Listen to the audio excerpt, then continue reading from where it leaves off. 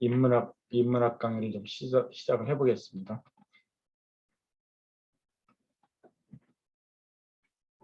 좀 거창한 제목을 갖고 왔어요. 그다음에 이 제목을 어떻게 풀어낼 것이냐, 제목 정하고 나서 막 고민이 많이 됐었던, 제 스스로 고민이 많이 됐었던 제목입니다. 그래서 이 제목 포스터를 만들면서 제가 울주군에 있는 반구대 암각화를 그 타이틀 그림으로 올려놨는데, 이 반구대 암각화는 국보예요. 선사시대 때 선사인들이 그 암각을 한 그림이거든요. 뭐 예술품으로 보는 분도 계시고, 어떤 기원의 그 선사인들이 고래를 많이 잡고 싶어하는, 자기가 잡고 싶어하는 동물들을 그린 그림으로 이렇게 해석을 하게 돼요. 근데 이제 저는 그 자기가 잡고 싶어하는 동물을 선사인들이 표현한 그림이라는데 많은 동감을 갖고 있습니다. 그래서 지금도 우리가 자기가 원하는 것을 기록하라 그러잖아요. 우리가 특히 이제 뉴스킨 성공자들 사업 설명을 듣다 보면 원하는 것을 머릿속에만 갖고 있지 말고 기록을 해라, 형상화를 시켜라. 이것은 아마 인류가 선사시대 때부터 한뭐 수만 년, 수억 년 전부터 인류가 해왔던 본인이 하고 싶은 일을 그림으로 그려내서 그걸 실현시켰던 그런 여러 가지의 쌓인 과정이 지금도 우리 유전자 속에 깊이 박혀 있기 때문에 그린 것을 바로 현실화시킬 수 있는 그런 능력을 많이 반복해서 보여줬기 때문에 지금의 그런 과학으로는 전혀 설명이 안 되죠. 그렇죠? 기록하고 자기가 하고 싶은 것을 그리고 기록하고 형상화시키면 그게 일어난다는 것은 아마 유전자가 갖고 있는 과학으로는 설명이 안 되는 그런 부분이 있지 않나 싶어요. 그래서 그런 부분에 대한 이야기를 좀 제가 오늘 하고 싶습니다. 그래서 제목을 초정밀기의 인간이라고 이제 제목을 붙였는데, 일단 우리가 살고 있는 지구는 46억 년이나 되는 역사를 갖고 있다 그래요. 그러니까 이 우리가 살고 있는 이 동그란 지구라는 그 행성이 없다가 거의 먼지, 우주에 뿌려져 있는 먼지들로 인해서 그게 응집이 되고, 뭐 그러면서 이제 46년 전에 지금의 형태, 동그란 형태의 지구가 생겼다 그래요. 그러면 이제 바다가 생긴 거는 48억 년 전이래. 그러니까 한 지구가 생기고도 수억 년, 한 7, 8억 년 뒤에 바다가 생긴 거죠. 그렇죠? 물이 생기면서 이제 생명체가 탄생될 수 있는 이제 조건이 이제 형성된 거죠. 지구 역사가 45억 년이고, 그 45억 년 중에 지구상에 수많은 생명체가 이제 나타났다 사라지고 나타났다 사라졌는데, 우리의 조상 인류의 역사는 25만 년 전이라 그래요. 그래서 지금 지구의 역사를 24시간 하루, 45억 년을 하루라고 치면 우리 인류가 언제 태어났냐면, 지구에 언제 탄생이 됐냐면 불과 2분 전이래. 그러니까 지구의 역사에 비하면 인류의 역사는 찰나보다 찰나. 2분 전에 이제 인류가 처음으로 지구상에 태어난 거예요. 그래서 지금 우리 현생 인류, 우리가 살고 있는 지금의 시간을 하루에 표현을 한다면 불과 2초 전이래. 2초 전. 2초 전. 2초 전에 현생 인류가 이제 태어난 거죠. 지금 우리가 살고 있는 이 인생 100년이라는 이 시간이 지구 역사에 비하면 아주 찰나. 그리고 인류 역사에 비해서도 아주 찰나. 아주 눈 깜짝하는 시간에 우리가 살고 가는 거죠. 이제 시간 개념이 시간 개념으로 본다면 아주 짧은 시간, 극히 짧은 시간을 우리가 살다 가는 건데, 근데 이 짧은 인류가 태어난 2분 전에 태어난 인류가 굉장히 놀라울 만한 지금 과학 기술을 갖고 있어요. 2분 만에 해낸 겁니다. 근데 지금 현생 인류가 지구의 지구를 장악하고 있고 멀리 우주에까지도 지금 넘보려는, 이미 달나라는 뭐 인류가 밟았고 여기저기 행성에다가 이제 별을 보내면서 우주까지도 지금 넘보고 있잖아요. 그게 이제 인류의 뇌 용량이 커지면서 지금의 지능이 가능했다 그래요. 지금의 유전이 가능했고. 그래서 뇌 용량의 크기를 보면 거의 뭐 3배, 최초 인류에 비해서는 거의 3배 정도 뇌 용량이 커졌거든요. 근데 이 뇌 용량이 급격하게 커질 수 있었던 계기는 뭐냐면 불을 발명하면서 이제 발견된 불을 발명하게 된 거죠. 자연에서 번개쳐서 나무끼리 붙여서 산불이라는 데서 갖다 쓰다가 이제 어떻게 하면 불이 나는지를 또 발명을 하게 된 거죠. 불을 발명을 하면서 생고기를 먹자고 익혀 먹게 되면서 많은 양의 음식을 먹을 수 있었고, 소화력이 빠른 음식 익혀 먹게 되니까, 그다음에 많은 도구를 써서 곡식도 소화가 잘 되게 갈아서 먹을 수 있는 능력이 생겼고, 그러면서 뇌용량이 이렇게 발달이 됐다 그래요. 그러면서 인간의 지능이 어마어마한 속도로 이제 발달한 거죠. 그가 2분 전에 태어난 인류가. 근데 우리보다 늦지만 몇몇 개체의 동물들이 굉장히 지능이 높은 동물들이 있어요. 특히 원숭이 같은 경우 지금 딱딱한 뭐 조개를 지금 돌로 깨서 먹는 지능을 갖고 있어요. 그러니까 우리 인류의 뇌로 친다면 원숭이도 지금 뇌가 커지고 있는 단계라고 볼 수 있는 거죠. 물론 이제 종교 측면에서 보면 이 진화론은 이제 믿질 않지만, 뭐 진화론도 아직 뭐 확정된 이론은 아니에요. 이것은 일본 원숭이가 온천을 하는 모습입니다. 온천욕. 사람만이 온천을 하는 게 아니고 일본 원숭이가 온천욕을 해. 이 추운 겨울날 따뜻한 물에 들어가서 굉장히 편안한, 표정만 봐도 온천을 즐기고 있다는 걸 우리가 알 수 있죠. 근데 이거는 뭐 온천하는 원숭이가 사람 핸드폰을 뺏어다가 보는 거예요. 훔쳐다가. 근데 뭐 뭔가 계속 움직이는 걸 볼 수 있으니까 이렇게 즐기고 있겠죠. 그러니까 인간처럼 지금 뇌가 진화되고 있는 생명체라고 볼 수도 있습니다. 우리 인간의 성장 과정에 비추어 본다면.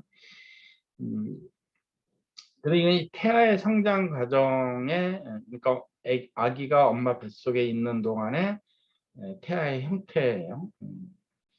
단세포에서 세포가 2개로 됐다가 다세포로 됐다가 이 형체가 이렇게 되거든요. 근데 대부분의 동물들의 탄생되기 이전에 보면 계란이나 다른 포유류나 파충류나 다 보면 초기에 우리 태아의 모습과 비슷한 형태를 가진 것을 우리가 많이 볼 수 있어요.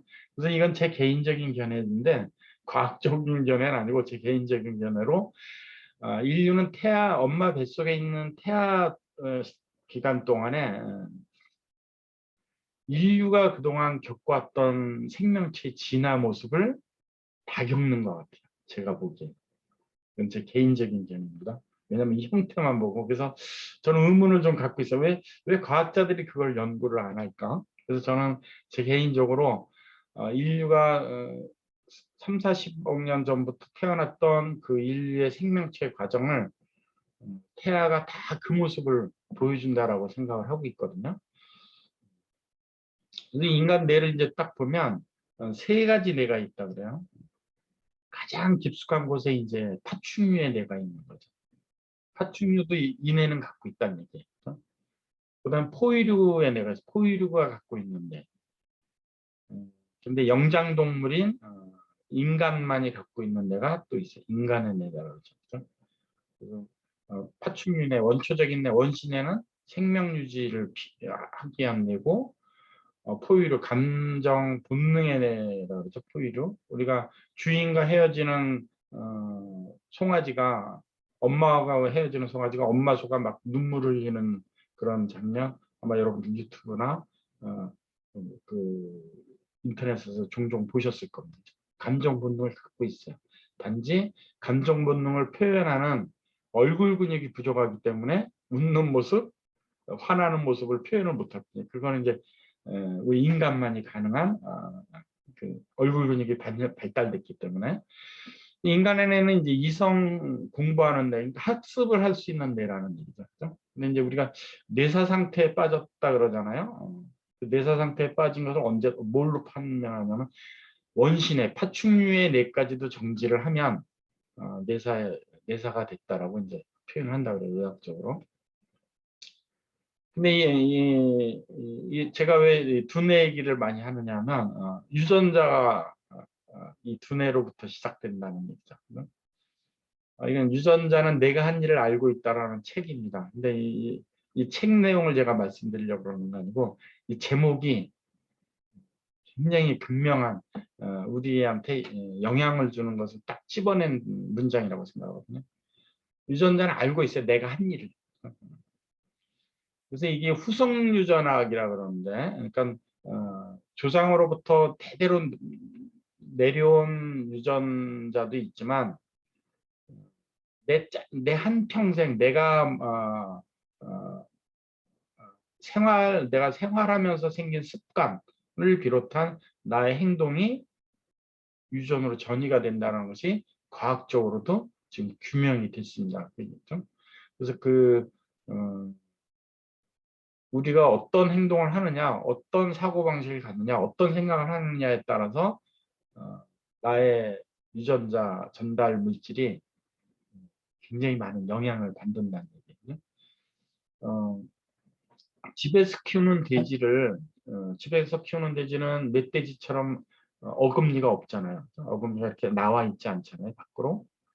근데 이 집돼지를 이 자연 산속에다가 방치를 하면, 사람이 먹이를 안 주고 방치를 하면 3대만 내려가면 어금니가 나온대요. 감춰졌던 유전 형질이 필요에 의해서 금방 실현이 되는 거예요. 그래서 우리가 내 몸을 잘 관리할 필요가 있어요. 왜냐하면 내 한 인생에도 굉장히 많은 자원을 주지만 내 후손에게도 아주 결정적인 영향을 주거든요. 나만의 몫이 아니고 내가 전달돼야 되는 중간자다. 여태까지 내가 있기까지 나한테 좋은 형질의 이렇게 고도로 발달된 유전자를 전달해준 조상들의 것을 물려주는 전달자 입장에서 본다면 나만의 것이 아니라는 얘기죠. 그래서 잘 살아야 돼요, 우리가. 잘 살아야 되는 건 뭐 부자로 산다라는, 잘 살아간다는 그런 뜻보다도 제대로 살아야 된다. 묵식하고 하고 싶은 대로 하고 뭐 게으르고 그런 인생이 그대로 유전자에 전달이 되는 거죠. 잘 건강 관리하고 좋은 음식만 먹고. 이 인간이라는 이 몸은, 기계는 굉장히 예민하거든요. 내가 어떤 음식을 먹었느냐에 따라서 바로 발현이 돼요. 어떤 생각을 했느냐에 따라서 바로 주변 환경이 바뀌어 버리거든요. 보는 시각이 틀려지고 사고방식이 틀려지거든요. 다윈상이라는 게 있어요. 매년 이제 다윈상 수상자가 결정되는데, 이 다윈상은 뭐냐면 인간의 유전자가 이제 계속 전달이 되는데, 후손에게까지. 근데 그러면서 인간의 뇌는 계속 거듭 발달되는 상향을 하고 있는데, 이 좋은 유전자에 악영향을 끼칠 만한 유전자를 갖고 있는 사람들이 스스로 자기를 제거한 사람에게 주는 상이에요. 그래서 전달되지 않아야 되는 유전자를 스스로 없앴다 그래서 상을 주는 상이에요. 그러니까 가장 어리석은 사람한테 주는 상입니다. 근데 작년에 누가 이 상을 받았냐면 중국 하이난성에 사는 그 여성이 받았는데 뭐 어떤 행동을 했기 때문에 받았냐면 자기 집 베란다에 한 손으로 매달려서 SNS 그 영상을 찍은 거예요. 조회수 높이려고. 이런 행동을 한두 번 한 게 아니고 너무 자주 해서 아파트에서 민원이 들어가고 뭐 경찰에 와서도 주의도 주고 여러 번 그랬었대요. 근데 그 조회수에 대한 욕심 때문에 그럼에도 불구하고 계속 했던 거죠. 그러다가 작년에 추락해서 죽었다고 합니다. 그래서 이 어리석은 유전자를 인간 후손에게 전달시키지 않은 스스로 목숨을 유전자를 끊었다 그래서 2021년도에 이 하이난성에 있는 여성이 다인을 받았어요. 인간은 자기 노력에 따라서 어마어마한 결과를 가져옵니다. 저는 이 남성의 그 보디빌더 남성의 이 뒷근육을 보면서 저 근육을 만들기 위해서 얼마나 많은 하기 싫은 일을 했을까, 얼마나 많은 고통을 참아냈을까, 이게 막 느껴져요. 왜냐하면 제가 저런 근육을 갖고 싶어서 시도를 해봤었던 적이 있거든요. 굉장히 잔 근육이 아주 촘촘하게 지금 있죠. 아마 굉장히 많은 노력, 굉장히 많은 투자를 했을 겁니다. 근데 반면에 이쪽에 이제 여성 사진은 뭐냐면 고등학교 시절에 그 학교에서 미인으로 입상을 했던 사람인데 불과 한 10년 뒤에 아주 추한 모습으로 바뀌었어요. 왜 그러느냐면 약물 중독을 한 거예요. 그냥 쉬운 얘기로 그냥 되는 대로 산 거죠. 그러니까 이 우수했던 이 유전자가 불과 10년 만에 이렇게 망가져 버린 거예요. 그래서 우리 기계는 인간이라는 이 기계는 초첨단 기계인데 수억 년 동안 발전을 해온 수정과 보완을 거듭하면서 아주 초첨단으로 발달된 기계인데 단 10년만 이렇게 잘못해도 어마어마한 결과를 가져다주는 아주 예민한 기계입니다. 우리 몸. 이건 MZ세대들의 관심사가 바뀌었다는 거예요. 이것은 뭐 짧은 요 MZ시대에 대한 이야기지만 길게 보면 인간이 이렇게 진화를 하고 있다는 얘기, 이쪽 방향으로. 여기 두드러진 게 뭐냐면 셀프 케어. 자기를 관리하는 것이 제대로 사는 방법이다라는 것을 깨달아가는 세대가 우리 다음 세대는 MZ세대인데 인류가 이런 방향으로 이제 진화를 하고 있다는 얘기죠. 근데 인류는 이게 사회적인 욕구가 있는데 메슬로우의 5단계 욕구라는 게 이제 그 정평이에요. 인간은 이 5가지 욕구로 행동을 한다 그래요. 생리적인 욕구, 의식주, 안전에 대한 욕구 있죠. 그다음에 사회적인 욕구, 대인관계라든지 사회적인 동물이다 보니까 저 어울려 살아야 되니까. 그다음에 명예, 존경받고 싶고, 그렇죠? 권력을 갖고 싶고, 부자가 되고 싶고. 그래서 이제 종국에는 자기 완성이 되면 자아 실현에 대한 욕구. 이게 이제 성장의 5단계, 뭐 메슬로의 5단계 욕구. 그래서 인간은 이 욕구에 의해서 행동을 한다 그래요. 우리도 지금 뭐 뉴스킨에 대한 도전하는 그 행동이 이런 욕구에서 나오는 거거든요. 명예, 부자가 되고 싶은, 그다음에 나라는 사람을 한번 나타내보고 싶은 자아실현이 있고, 그래서 우리가 이제 뉴스킨에 도전을 하는 건데, 뉴스킨이라는 비즈니스에. 근데 이제 어떻게 나를 관리할 것이냐. 그죠? 이건 이제 지난주에 우리가 레오나르도 디카프리오에 대해서 이제 공부를 했었어요.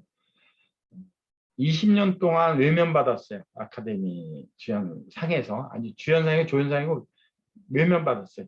출연하는 작품마다 대박을 터뜨리고 인기몰이를 했고 가장 인기가 많은 미남 배우였는데 상에서는 배제됐던 거예요.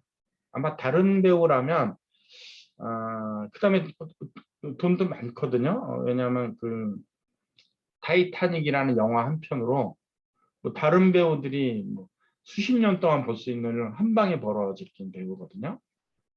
근데 아마 웬만한 욕구가 다 실현됐을 거예요. 근데 자아 실현 욕구가 없으면 아마 부족했을 거예요. 상을 못 받았으면. 그러니까 대박 찍는 영화마다 대박을 터뜨리지만 실패한 영화인이다라고 아니 밈으로 따돌림도 받고 그랬거든요. 근데 웬만한 자아 실현 욕구를 포기했다면 그냥 자기가 벌어놓은 그 부자의 경제적인 수입에 안주를 했다면 뭐 약물 중독을 했거나 달리 변했겠죠. 근데 끊임없이 자기가 맡은 역할을 연구하고 반복하고 그 연기에 몰입을 했던 것은 아마 제가 생각하기에는 다른 사람으로부터 조롱을 받는 영화를 대박을 터뜨리지만 아카데미상을 못 받는 배우다라는 그런 조롱을 싣고 싶었던 욕구가 아마 가장 강하지 않았을까 싶어요. 그래서 결국은 해낸 거죠. 내 안에 잠든 거인을 깨우는 사람이라 그래서 잠든 거인을 깨우는 방법에 그 대표적인 케이스로 이제 레오나르도 디카프리오가 얘기가 되더라고요. 근데 이거는 이제 우리가 몇 주 전에 또 박진영에 대해서 공부를 했었어요. 유재석도 자기관리가 굉장히 강하다 그래요. 근데 이 자기관리가 강한 유재석도 놀랄 정도로 박진영이 지독한 자기관리. 이 박진영이 갖고 있는 운동기구예요. 근데 박진영이 뭐라고 표현했냐면 이 운동기구에 올라가는 것 자체가 죽기보다도 싫다는 거예요. 매일매일. 근데 이 죽기보다도 싫은 일을 매일매일 하는 거예요. 왜?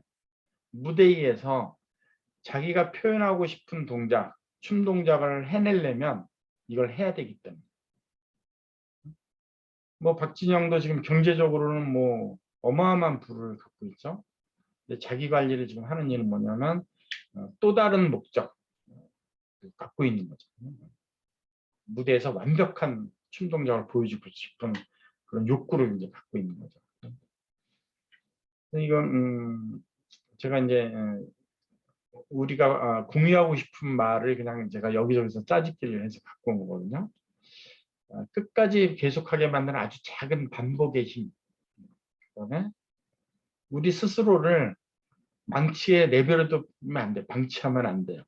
근데 이게 참 쉬운 일은 아니에요. 왜냐면 끊임없이 작심삼일을 하게 되거든요. 우리도 처음에 맘먹을 때는 계속 할 수 있는 용기를 갖는데 여러 가지 환경, 뭐 저항, 걸림돌을 만나다 보면 작심삼일로 쓰러지고 그러는데 이건 켈리체라는 그 가장 존경받는 여성 중에 한 분이에요.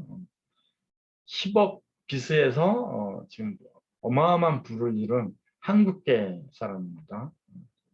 그래서 우리가 뭐 식스파 했던 분한테 선물로 이 책을 줬어요. 그다음에 이제 뭐 소팀에서도 다음 도서로 이제 이거 선정을 했는데 이 주인공 켈리체가 작심삼일을 몇백 번 했지만 포기하지 않고 계속 했기 때문에 오늘날에 내가 있었다라고 실토를 하고 있어요. 그래서 이제 제가 좀 기대가 되는 책이기도 합니다. 이분의 그 포기하지 않았던 도전 정신에 대해서 공부를 할 수 있는 기회가 우리한테 주어졌기 때문에 뭐 박진영, 디카프리오, 켈리체 우리가 존경하는 뭐 대부분의 인물들 그들이 한 일은 뭐냐면 가장 힘들고 가장 싫어하는 일을 꾸준히 해낸 사람들이 꾸준히. 이 꾸준히 해낸다는 게 참 쉽지 않은 일이죠. 근데 나한테 지금의 내 몸이 있기까지 유전자를 전달해준 선사시대 때부터의 그 유전자 다 이것을 이겨낸 사람들이에요. 가깝게는 우리 부모님이 이걸 이겨낸 사람들이에요. 가장 힘들고 가장 싫어하는 일을 꾸준히 해내서 지금의 내가 태어난 거거든요. 지금의 내가 있는 거거든요. 그래서 중간 전달자 입장에서 우리도 이걸 해내야 돼요. 현생 인류는 불행해질 수도 있는 환경을 많이 갖고 있습니다. 왜냐하면 다 초정밀의 기계를 갖고 있어요. 뇌 똑같고 몸 똑같고. 근데 이 기계를 어떻게 관리하느냐에 따라서 천지 차이가 있는 거죠. 인생을 굉장히 암울하게 사는 인생도 있을 것이고 굉장히 바람직한 인생도 있을 거고 굉장히 수많은 인생의 과정이 이 한 군데에서 결정돼요. 가장 힘들고 가장 싫어하는 일을 꾸준히 해낸 사람. 우리가 뉴스킨 하면서 가장 싫어하는 거 있어요. 그렇죠? 뭐 거절 싫어하죠. 그렇죠? 거절 싫어. 그다음에 반기지 않는 일을 하는 거 가장 싫어하죠. 그렇죠? 근데 이 가장 싫어하는 일을 꾸준히 해냈을 때 결국 우리가 원하는 나의 자아실현도 된다는 것을 우리가 잊지 말아야 되는 것이 우리들의 입장이 아닌가 싶습니다. 우리는 초정밀 과학 기계예요. 내가 만든 기계도 아니고 수억 년 전부터 거듭 발전을 거듭해서 지금의 첨단 기계가 됐거든요. 이 첨단 기계를 어떻게 쓰느냐, 이게 이제 나의 몫인데, 뉴스킨 캐치프레이즈, 가장 아름다운 나라는 캐치프레이즈를 갖고 있습니다. 그래서 오늘의 가장 아름다운 나는 여러분들에게 제가 알려드리고 싶은 나는 지독한 자기관리 모습, 도전 정신. 네, 우리 조상들 다 해왔거든요, 이거. 이거를 또 뉴스킨 비즈니스 요 한 달락만 딱 띄어서 생각한다면 뭐 길지도 않아요. 제가 생각하기에 딱 6개월만 시독하게 한번 뉴스킨 관리 가장 싫어하는 일을 해낸다라는 6개월만 한번 질끈 감고 해낸다라는 각오만 가지신다면 얼마든지 해낼 수 있는 비즈니스라고 저는 생각을 합니다. 그러니까 인류가 가져왔던 우리 조상들이 그동안 겪어왔던 걸림돌에 비하면 아주 사소한 이분전의 인류의 역사는 지구 역사에 비하면 2분 전에 태어난 그 생명체거든요. 인류 역사에 비하면 나라는 생명체는 불과 2초 전에 태어난 생명체예요. 이 가장 싫어하는 것을 불과 2초 전에 태어났는데 이 찰나의 인생에 이런 것쯤이야 하고 꿈꿔 할 수 있는 자기관리라고 저는 생각합니다. 그래서 오늘 이 시간 이후로 가장 싫어하는 일을 한번 해보겠다는 각오로 6개월 집중을 하면 우리 모두 2022년 안에 우리가 원하는 자아실현 5단계 욕구 중에 가장 높은 자아실현의 욕구를 다 해결하지 않는 자기완성의 최고의 기회가 되지 않을까 싶습니다. 오늘도 경청해 주셔서 감사합니다. 좋은 하루 보내시고 다음 주에 또 뵙겠습니다. 감사합니다. 감사합니다. 네, 좋은 하루 보내세요. 감사합니다. 좋은 하루 보내세요. 감사합니다. 감사합니다. 감사합니다. 감사합니다. 예, 좋은 하루 보내세요.